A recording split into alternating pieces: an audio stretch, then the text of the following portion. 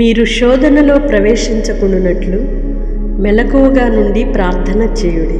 ఆమేన్. ప్రభువునందు ప్రియ సహోదరి సహోదరులారా, యేసుక్రీస్తు నామంలో మీకు శుభాలు తెలియజేస్తున్నాను. మీరు బాగున్నారా? ఈరోజు దేవుడు మనకిచ్చిన అమూల్యమైన హెచ్చరికను బట్టి యేసయ్యకి థ్యాంక్స్ చెప్తామా? ప్రతిరోజు కూడా ఆయన మాట చేత మనలను ఆదరిస్తూ ధైర్యపరుస్తూ ఇంతవరకు నడిపించిన మన యేసయ్య నామానికి సమస్త మహిమ కలుగునుగాక. మీరు శోధనలో ప్రవేశించుకున్నట్లు మెలకువ కలిగి ప్రార్థన చేయుడి అని యేసు ప్రభు హెచ్చరిస్తున్నారు. మనము శోధన వచ్చిన తరువాత ప్రార్థన చేయడం ప్రారంభిస్తాం. ఏదైనా ఒక ఇబ్బంది, ఇరుకు, సమస్య, ఏదైనా ఒక పోరాటం, అనారోగ్యం, బాధ, ఇబ్బంది, ఆర్థిక సమస్యలు, అశాంతి, అసమాధానం ఇటువంటి కలిగినప్పుడు ఆ బాధను భరించలేక దానిని సాల్వ్ చేసుకునే శక్తి చాలక ప్రార్థన చేయడం ప్రారంభిస్తాం. అయితే యేసు ప్రభు మన బలహీనతను ఎరిగిన మన దేవుడు చెప్తున్నాడు, మన దేవుడు సెలవిస్తున్న మాట, మీరు దానికి ముందే శోధన ఏదైతే ఉందో, ఏ బాధ అయితే ఉందో, ఏ ఇబ్బంది అయితే మీకు రాబోతుందో, ఎటువంటి శ్రమల్లోకి నువ్వు వెళ్ళిపోబోతున్నావో దానికి ముందే నువ్వు ప్రార్థన చేస్తే శోధనలో ప్రవేశించకుండా తప్పించబడే ఓ గొప్ప సదవకాశం మనకి దొరుకుతుందని ప్రభు ఒక చక్కని అవకాశాన్ని ఇచ్చారు కదా.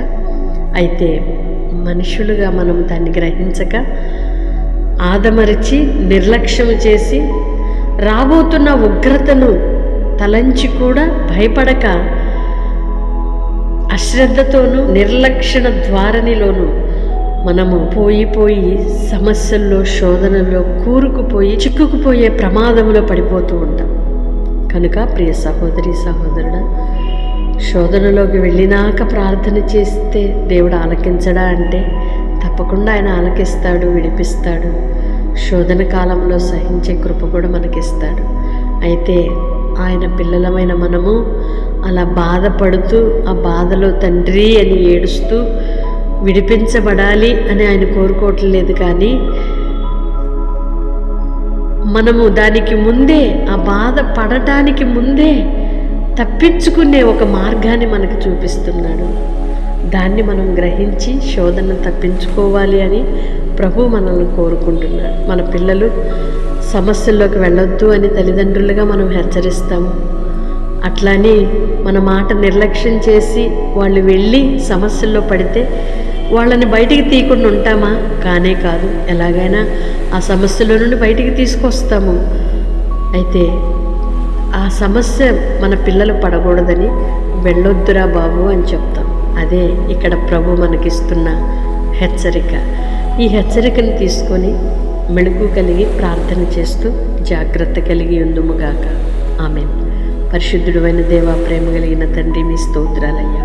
మెళుకు కలిగి ప్రార్థించే అనుభవం ప్రతి ఒక్కరికి దయచేయండి. శోధన కాలములో నిన్ను కాపాడుతున్నాను. శోధనలో ప్రవేశించుకున్నట్లుగా ముందుగానే మేల్కొని ప్రార్థన చేసి తప్పించుకునే కృప నీ పిల్లలైన వారికి అనుగ్రహించి నడిపించుమని యేసయ్య నామములో ప్రార్థిస్తున్నాను తండ్రి. ఆమేన్. దేవుని కృప మీకు తోడయ్యుండునుగాక. తప్పకుండా ఇతరులకు ఈ లింక్ షేర్ చేయండి. దైవ ఆశీర్వాదాలను పొందుకోండి. ఈ పరిచర్యను ప్రేమిస్తూ ప్రోత్సహిస్తూ ప్రార్థన చేస్తున్న మీ అందరినీ నా దేవుడు నిండారులుగా దీవించునుగాక. May God bless you all. Praise the lord.